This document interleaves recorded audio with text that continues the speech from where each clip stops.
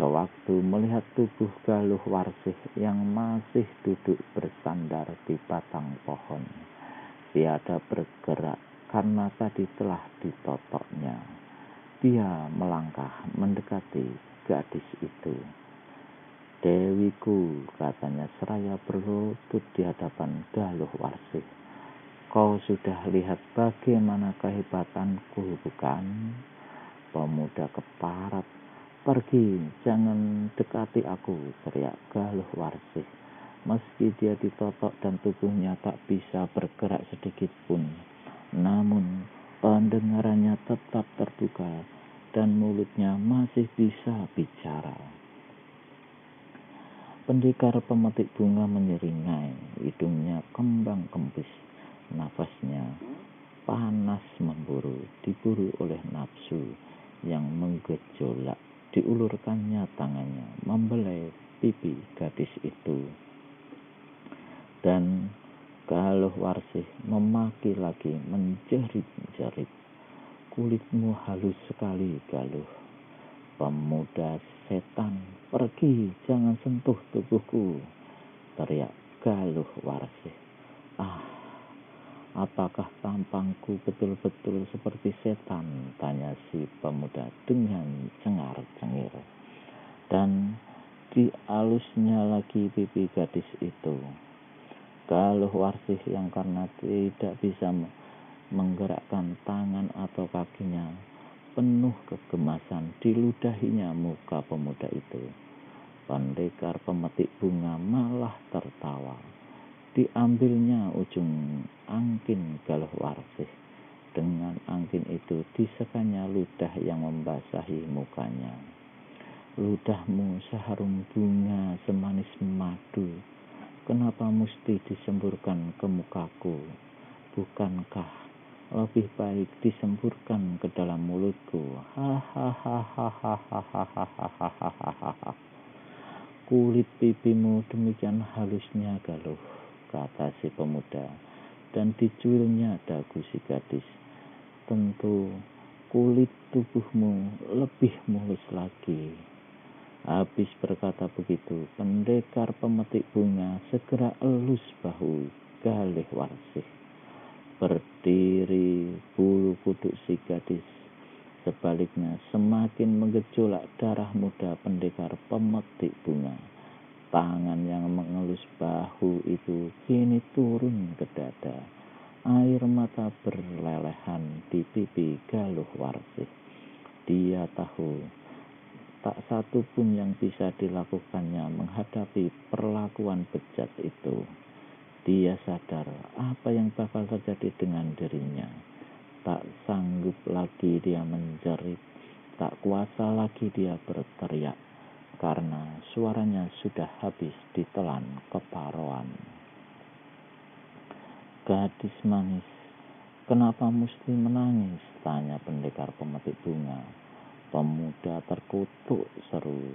Suara Galuh Warsih antara terdengar dan tiada. "Aku rela dibunuh daripada diperlakukan begini rupa." Pendekar pemetik bunga hela nafas dan kerutkan kening tanda heran. "Kau tahu, manis, perempuan-perempuan yang mati, gadis, kalau dia bisa bicara di tiang liang kubur, pastilah dia minta dihidupkan kembali. Hidup kembali untuk merasakan kenikmatan hidup antara laki-laki dan perempuan. Kau yang hidup kepingin mati, lucu. Mari Dewiku, kini kebalik semak-semak sana. Di situ ada rumput. Biar kita bisa tidur bergulung lebih nikmat. Pergi, jangan sentuh aku." Suara Galuh Warsih mengandung keputusasaan. "Oh, kau tak mau kebalik semak-semak itu, Galuh? Tak apa, tak apa. Di sini pun aku tak keberatan." Pendekar pemetik bunga ulurkan tangan kanannya kembali dan bret, kain penutup dada Galuh Warsih robek besar. Dadanya tersingkap lebar. 10 jari tangan pendekar pemetik bunga dengan terkutuknya laksana gila menggerayang menjamahi dada itu, meremas seakan-akan hendak menghancur luluhkannya. Sejak kemarin, sejak senja sampai siang hari itu, Kadipaten Kaliurang tampak sibuk sekali. Senja kemarin, seorang pembantu Bupati Sentot Sastra telah dikirim ke Kaliprogo Wetan untuk menyelidiki kenapa Galuh Warsih sampai sesenja itu tidak kunjung muncul di Kaliurang. Pada tengah malam kelima, pembantu bupati yang menunggangi kuda itu berhenti di tikungan di lamping bukit. Di bawah penerangan bintang-bintang dan bulan sabit, mereka menyaksikan tebaran mayat pengawal-pengawal bupati yang adalah juga kawan-kawan mereka. Semuanya mati dalam cara yang mengenaskan dan menggigitkan. Sebagian besar hancur kepalanya atau bobol dada serta perutnya. Kereta yang menjadi tumpangan anak gadis Bupati Sentot Sastra angsrok di tengah jalan, sedang 2 ekor kuda penarik kereta hancur ke 4 kaki masing-masing. Ketika seorang di antara yang 5 itu meloncat turun dan memeriksa kereta, ternyata kereta itu kosong. Aku tidak melihat Tegal Ireng, kata salah seorang dari mereka. Aku juga. Di mana kusir kereta itu? Mungkin dia satu-satunya yang selamat. Tapi ketika menyelidiki ketikungan yang menuruni di sebelah sana, mereka kemudian menemui mayat kusir kereta itu menggeletak menelungkup di tanah tanpa nyawa. Aku tak dapat menduga apa yang sesungguhnya terjadi di sini.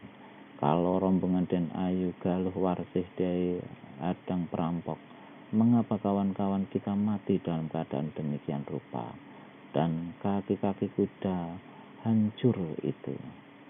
Aku sendiri tak dapat membayangkan apa yang terjadi dengan Den Ayu Galuh Warsih, menyahuti pembantu Bupati Kaliurang yang lain.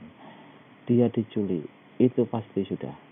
Diculik dan dirusak kehormatannya, menambahkan yang lain. Kalau begitu, kita harus cari jejak-jejak si penculik. Di malam buta begini, bukan pekerjaan mudah mencari jejak-jejak manusia. Lagi pula, siapapun manusia-manusianya yang melakukan perbuatan biadab ini, pastilah dia berilmu tinggi.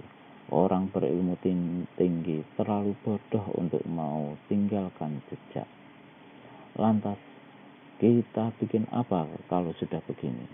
Kembali saja ke Kaliurang dan beri keterangan pada Bupati Sentot. Kalau kau mau disemprot, kembalilah sendiri. Sepi beberapa lamanya, kesepian yang membuat bulu kuduk ke-5 orang itu menggerinding, ditambah lagi dengan tiupan angin bukit di malam buta yang dingin itu.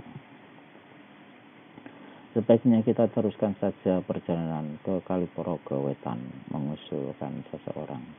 Tapi tak ada seorang pun yang menerima dan menyetujui usul itu. Kelimanya kemudian mencari tempat yang baik agar jauh dari tikungan jalan. Menyalakan api unggun, berkemah di situ menunggu sampai pagi. Esok paginya, dengan sedapat-dapatnya, ke-5 orang itu memperbaiki kereta yang rusak. Mayat kawan-kawan mereka yang berjumlah 12 orang itu ditumpuk sebisa-bisanya di dalam dan di atas atap kereta. 2 di antara 5 pembantu bupati itu duduk di depan kereta. 1 memegang kendali kuda. Keduanya dipakai sebagai kuda-kuda penarik kereta, karena kuda-kuda milik kawan-kawan mereka yang menemui ajal itu tak seekor pun yang hidup dan ada di sekitar situ. Kedatangan ke-5 orang itu dengan membawa kereta yang ditumpuki 12 mayat yang mengerikan tentu saja menggemparkan seisi kadipaten, bahkan menggemparkan seluruh Kaliurang. Wajah Bupati Sentot Sastra membeku mengelam. Kedua tangannya mengepal. Dia melangkah mondar-mandir. Kepanikan yang amat sangat membuat dia tak sanggup membuka mulut. Sebaliknya, di dalam kamar istrinya terdengar menangis meraung-raung. Mana anakku, mana anakku, bagi rata perempuan itu. Galuh, Galuh Warsih, di mana kau nak? Oh Galuh, Tuhan, di mana anakku, Tuhan? Tenggorokan Bupati Sentot Sastra turun naik, dadanya menggelora. Kematian ke-12 pengawal kadipaten itu membuat kepalanya serasa mau pecah oleh luapan darah. Di samping itu yang membuat dia tak bisa diam dan seperti mau gila ialah karena tidak mengetahui di mana anak gadisnya saat itu atau apa yang terjadi dengan Galuh Warsih. Melihat kepada kenyataan yang terjadi, pasti nasib Galuh Warsih tidak lebih baik dari ke-12 anak buahnya itu. Kepada siapakah kemarahan yang meluap itu hendak dilepaskannya, hendak dilampiaskannya? Laki-laki ini melangkah terus mondar-mandir. Setahunya sekitar perjalanan di antara Kaliurang dan Kali Progowetan tak ada gerombolan rampok jahat. Lantas siapakah yang telah melakukan kebiadaban terkutuk itu? Siapa yang menculik anak gadisnya? Anak tunggal satu-satunya yang menjadi kesayangan tambatan hati. Dan sementara itu, telinganya tiada henti mendengar ratap tangis istrinya, yang bukan saja menyayat hati, tapi juga membuat darah di dalam tubuhnya semakin bergejolak mendidih. Di Langkan Kadipaten itu, pada sisi-sisi tangga sebelah atas terdapat masing-masing sebuah arca Batara Wisnu yang duduk di atas seekor burung Raja Wali yang tengah mengembangkan sayapnya. Mungkin karena luapan amarah yang tak terkendalikan dan tak tentu kepada siapa dilampiaskan, ditambah pula mendengar ratap tangis istrinya di dalam, maka sewaktu melewati arca itu untuk kesekian kalinya, tiba-tiba Bupati Sentot Sastra menghantamkan tinju kanannya. Brak! Arca Batara Wisnu hancur berkeping-keping. Itulah ilmu pukulan genta kematian. Kalau arca batu yang keras itu sekali pukul saja sanggup dibikin hancur berkeping-keping, maka jika dipukulkan kepada manusia tentulah tak dapat dibayangkan bagaimana akibatnya. Sementara itu, para pembantu Sentot Sastra yang berdiri di Langkan Kadipaten itu masing-masing sama merasa takut dan cemas. Khawatir mereka kalau dalam amarah gelap mata seperti itu, diri mereka pula yang bakal ketiban pulung dihantam sang bupati. Tiba-tiba laksana halilintar di siang hari layaknya, berteriaklah Sentot Sastra. Semua pembantu-pembantu yang berjumlah 15 orang itu diperintahkannya untuk bersiap-siap. Kita akan ulangi lagi penyelidikan, teriaknya. Kau Darja Kumara bersama 60 orang lainnya menyelidiki ke jurusan Kali Progowetan dan sekitarnya. Aku dan yang lain-lain ke timur. Kalian harus berhasil mencari jejak manusia yang telah melakukan kebiadaban ini. Harus berhasil membekuk batang lehernya. Siapa yang kembali sebelum dapatkan itu manusia durjana akan kubunuh. Sekarang siapkan kudaku. Seorang pembantu Sentot Sastra segera berlalu untuk menyiapkan kuda sang bupati, sedang yang lain-lainnya segera pula meninggalkan Langkan Kadipaten guna mengambil kuda masing-masing dan mempersiapkan segala sesuatu yang diperlukan dalam perjalanan mencari manusia biang penimbul malapetaka itu. Mereka masing-masing menyadari bahwa pencarian itu tidak akan berhasil dalam tempo yang singkat, tapi memakan waktu berhari-hari. Selang beberapa ketika, 15 penunggang kuda ditambah dengan Sentot Sastra sendiri sudah berkumpul di halaman Kadipaten.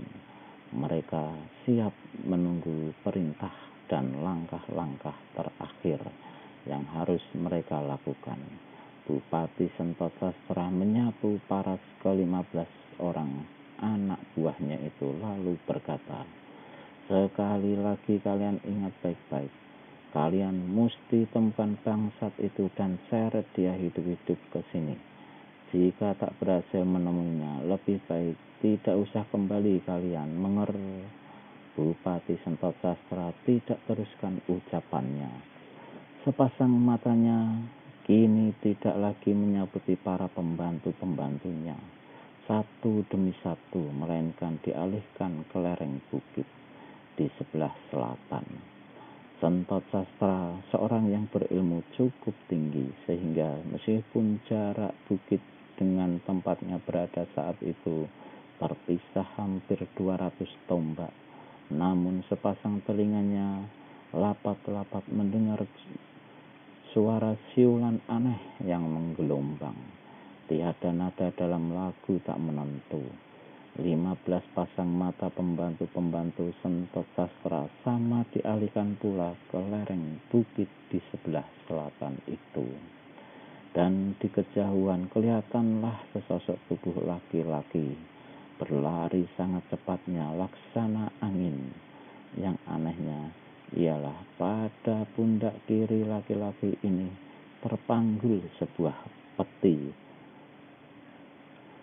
yang melihat kepada besarnya pasti puluhan kati beratnya. Sewaktu semua orang itu pertama kali melihat manusia yang berlari cepat tersebut, jarak mereka demikian jauhnya, namun dalam beberapa kejapan mata kemudian tahu-tahu si manusia pemanggul peti sudah berada di halaman Kadipaten di hadapan Bupati Sentot Sastra dan pembantu-pembantunya. Ternyata manusia pemanggul peti kayu itu seorang pemuda berambut gondrong, bertampang keren, dan punya pandangan mata yang tajam menyorot. Peti yang di pundaknya beratnya puluhan kati, tapi dia berdiri seakan-akan peti itu sama sekali tidak ada di pundaknya. Pemuda tak dikenal ini kemudian hentikan siulannya. Begitu siulan berhenti, maka dari celah-celah papan peti yang tiada begitu rapat menyebarkan bau busuk yang seperti mau meranggas bulu hidung, membuat nafas sesak dan mau muntah. 15 pembantu Sentot Sastra yang tak tahan segera menutup hidung, sedang Sentot Sastra sendiri dengan ilmunya yang sudah tinggi tutup jalan pernafasannya.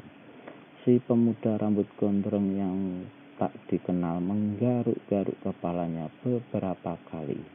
Sikapnya ini membuat Bupati Sentot Sastra kehilangan kesabaran dan hendak mendamprat. Namun sebelum mulutnya terbuka, si pemuda asing sudah buka suara bertanya, "Apakah aku berhadapan dengan Bupati Kaliurang yang bernama Sentot Sastra? Jawab dulu, kau siapa?" Sentak Sentot Sastra. "Siapa aku tidak penting," katanya. "Aku datang membawa peti ini untukmu." "Peti apa? Apa isi peti itu?" Si pemuda menghela nafas dalam dan rawan. "Peti ini membawa berita buruk bagimu, Bupati. Jangan bicara berbelit-belit, turunkan peti itu.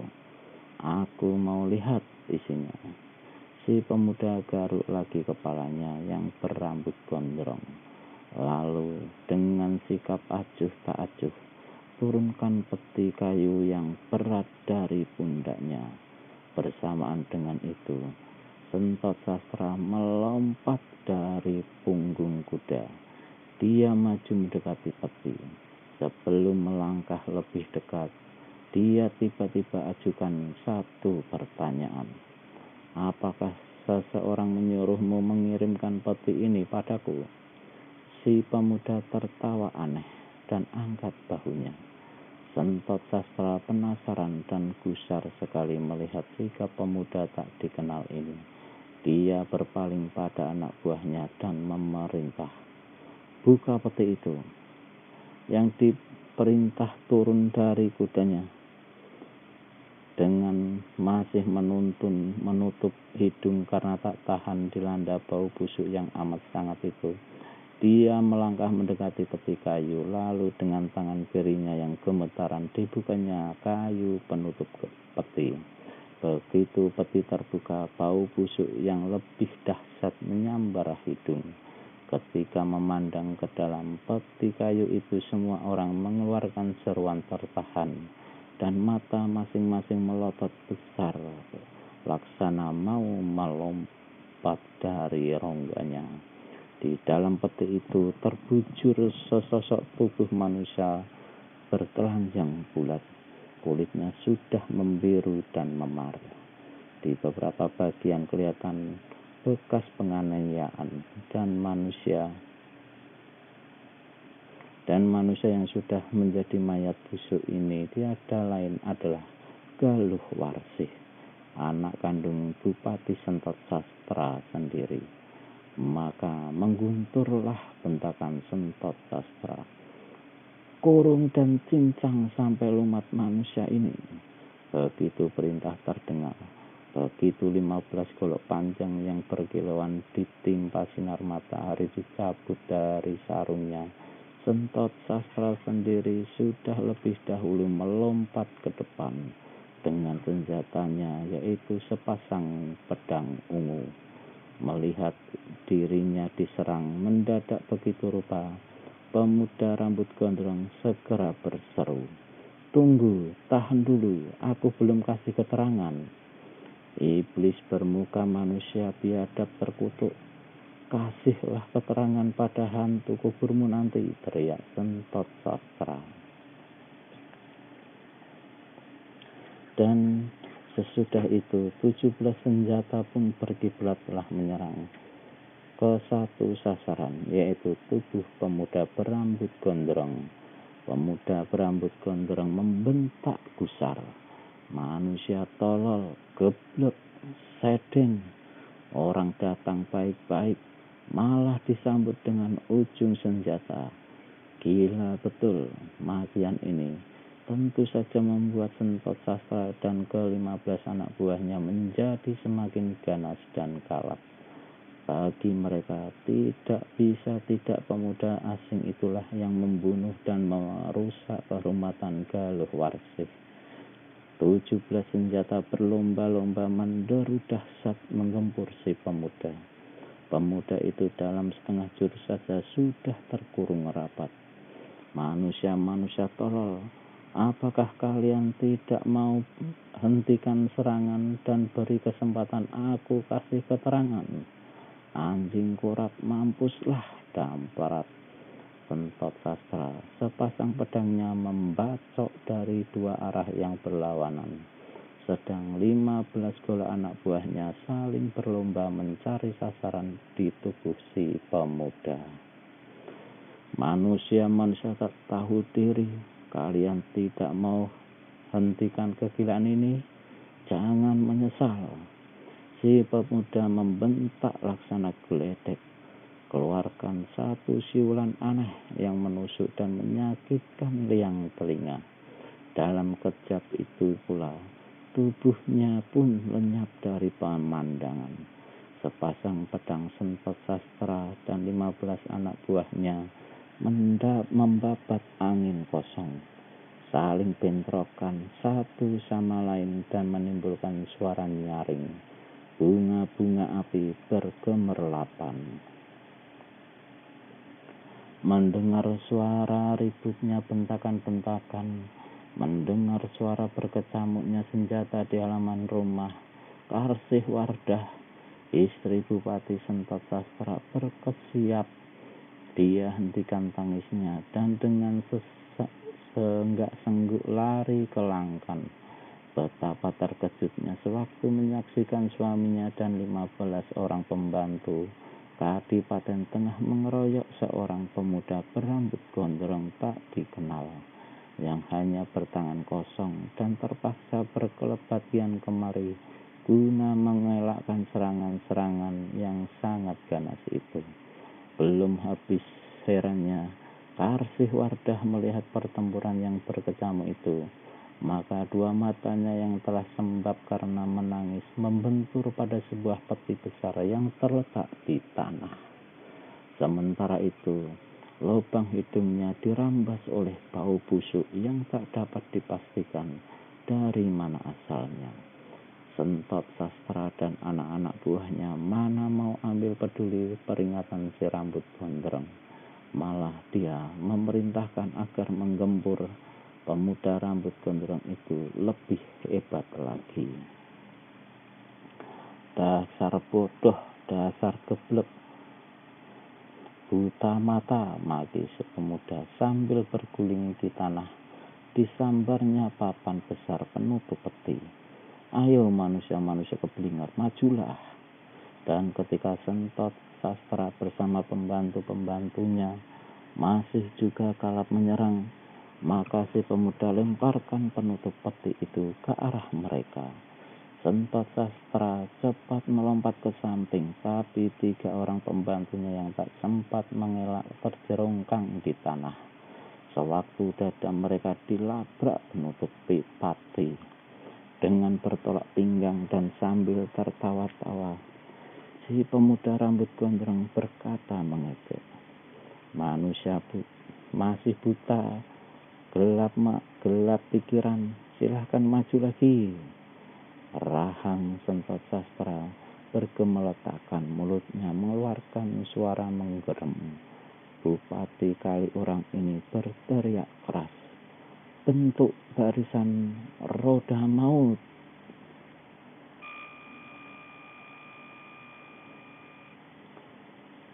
Maka ke-12 orang anak buahnya yang segera bergerak cepat membentuk lingkaran. Sekali bupati itu berteriak memberi isyarat, maka ke-12 orang itu pun bergeraklah berlari-lari cepat dalam lingkaran yang makin lama makin menciut. Sedang senjata masing-masing membabat dari 12 jurusan. Diseling dengan tikaman atau tusukan dan diperhebat oleh kiblatan sepasang pedang Bupati Sentot Sastra.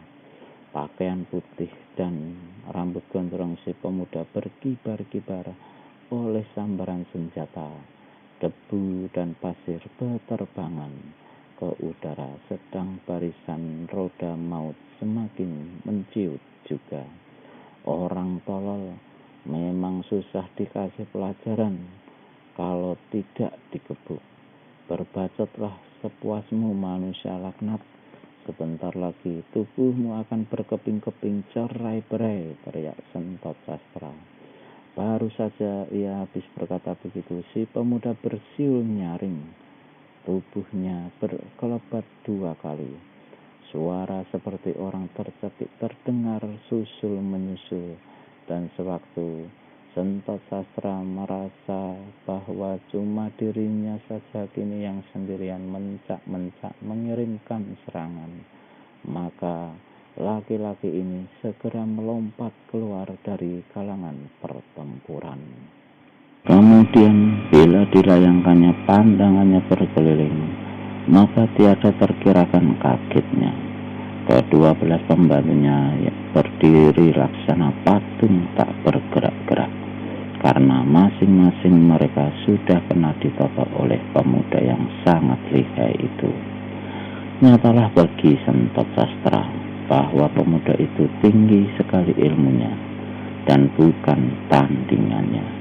Kalau saja dia ingin mencelakai diri dan orang-orangnya, pastilah tidak sukar bagi pemuda itu untuk melaksanakannya. Namun gelap mata karena menyangka keras bahwa pemuda itulah yang menjadi pembunuh anak kandungnya serta menamatkan pembantu-pembantunya di tikungan jalan antara Kali Urang dan Kali Progowetan. Ditambah lagi saat itu istrinya Karsih Wardah dilihatnya lari menghambur dan menubruk peti, di mana mayat Galuh Warsih terbujur dan berteriak-teriak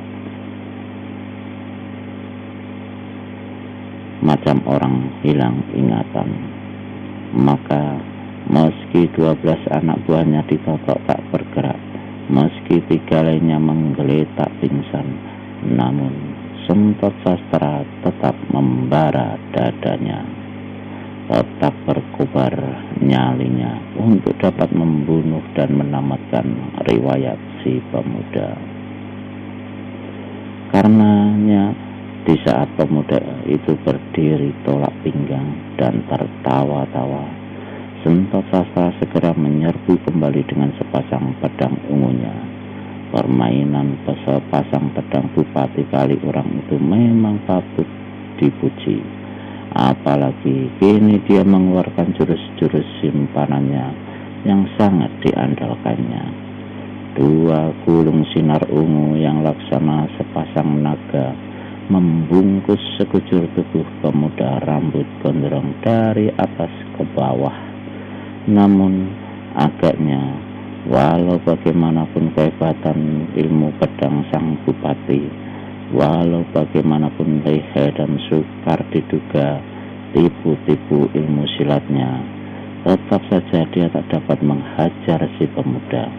Jangankan menebas atau membacok tubuh lawannya, menggores atau merobek bajunya saja pun Sentot Sastra tidak sanggup. "Bupati Sentot Sastra," seru si pemuda, "apakah kau masih gelap mata mau meneruskan pertempuran ini? Iblis neraka, tutup mulut. Sebelum ku tebas kau punya batang leher, sebelum ku cungkil kau punya jantung dan hati, pertempuran ini sampai kiamat pun tak akan kuhentikan." Hebat sekali nyalimu, memuji si pemuda. Sejujurnya, namun mimiknya melontarkan senyum sinis. "Tapi aku dan kau tiada permusuhan. Mengapa mesti bertempur begini rupa? Tidak ada permusuhan bapak moyang setanmu," bentak Sentot Sastra penuh beringas. "Anakku kau rusak kehormatannya, kau bunuh. Tobat." Si pemuda pukul-pukul keningnya dengan telapak tangan kiri. "Justru aku datang ke sini untuk mengantar mayat anakmu yang ketemui di bukit. Malah aku yang dituduh jadi pembunuh, dituduh tukang perkosa. Tobat. Tak usah membual atau jual mulut. Siapa membual, siapa jual mulut. Sesudah melakukan perbuatan terkutuk, kau pura-pura berbuat baik dan cuci tangan, Buset." Si pemuda garuk-garuk kepala dan mengomel, "Kalau tahu bakal ketiban tulung begini, tidak nanti aku mau susah-susah bawa mayat kau punya anak kemari, Bupati. Sudah, tak perlu banyak rewel. Pokoknya kau harus serahkan batang lehermu," teriak Sentot Sastra. Serentak dengan itu kembali dia menyerbu si pemuda yang diserang geleng-gelengkan kepala. Sewaktu pedang ungu itu dengan segala kehebatannya memapas diri kiri kanan, siap membabat putus tubuh si pemuda menjadi 3 potongan. Maka si pemuda geser kakinya 1 langkah. Serentak dengan itu, kedua tangannya bergerak cepat, hampir tak kelihatan, memukul dan badan kedua pedang Sentot Sastra tersebut keras. Ia merasa terkejut sewaktu menyaksikan bagaimana sepasang pedangnya lepas dan mental dari tangannya. Sebaliknya, si pemuda tertawa gelak-gelak. Kalau masih punya niat main amuk-amukan, silahkan ambil kembali pedangmu, Bupati. Mengelam muka Sentot Sastra mendengar ejekan yang sekaligus merupakan tantangan itu.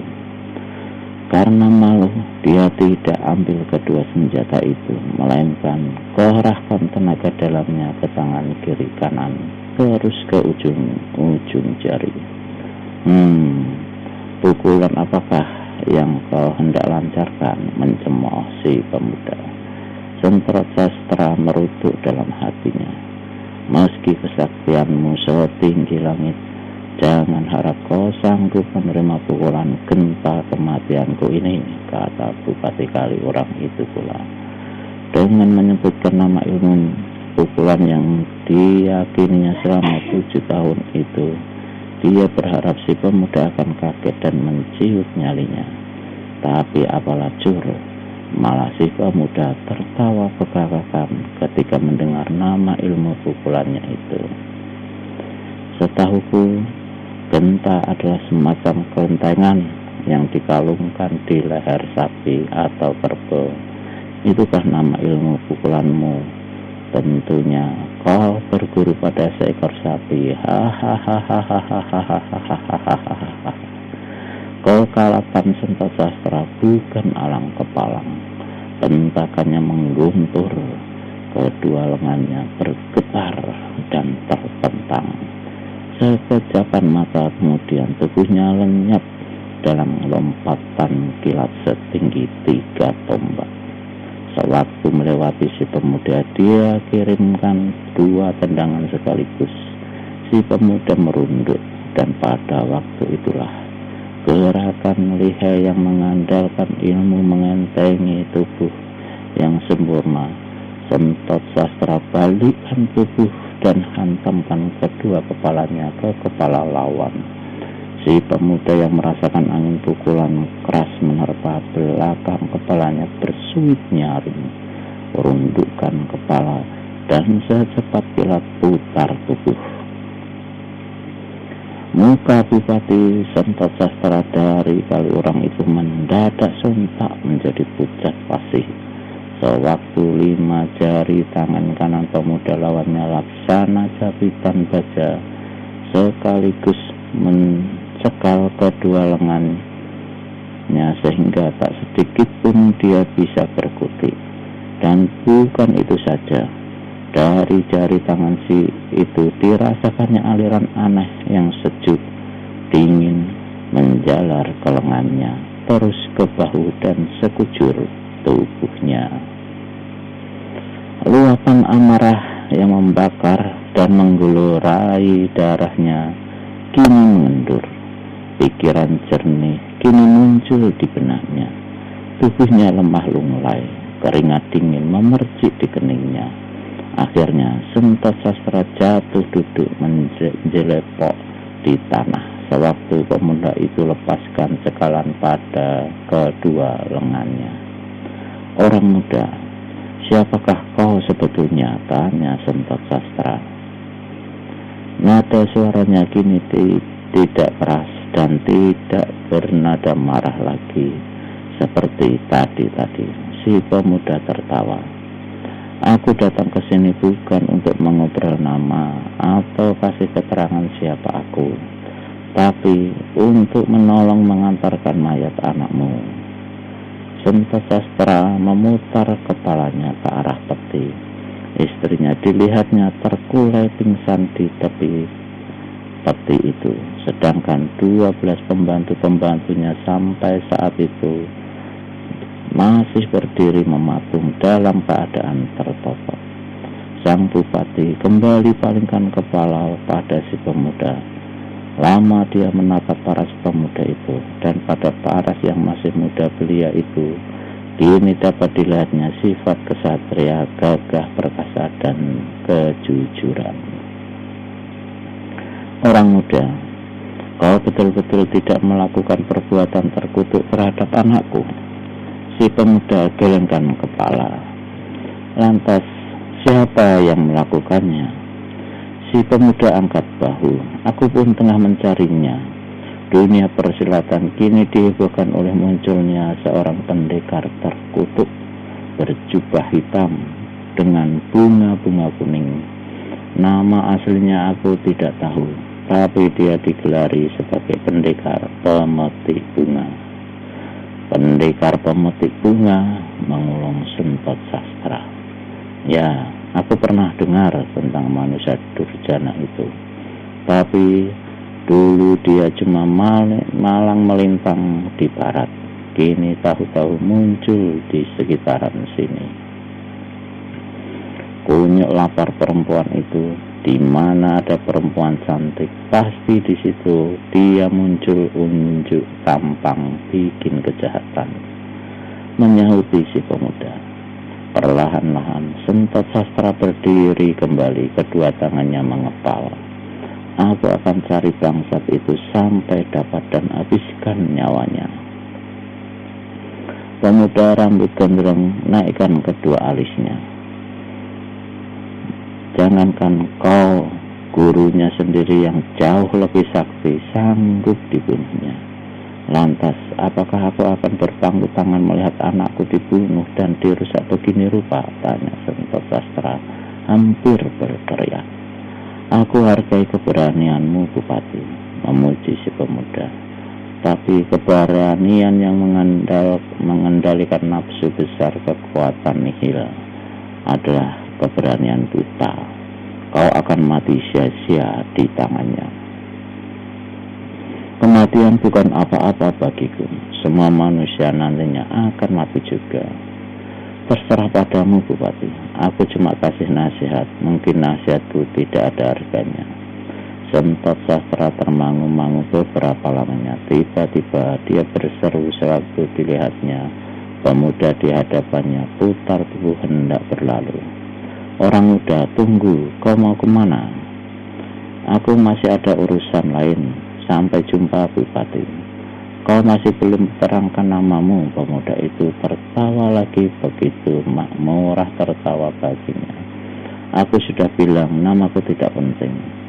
Penting atau tidak penting itu bukan urusan, tapi padaku kau tetap harus kasih tahu. Dan pembantu-pembantuku ini kau harus lepaskan totokannya kembali. Pijit saja tengkuknya satu-satu. Pasti totokannya lepas, memberitahu si pemuda. Sudahlah, kalau kau penasaran, lihat saja bagian kepala dari peti kayu itu. Di situ tertulis namaku, kata si pemuda pula.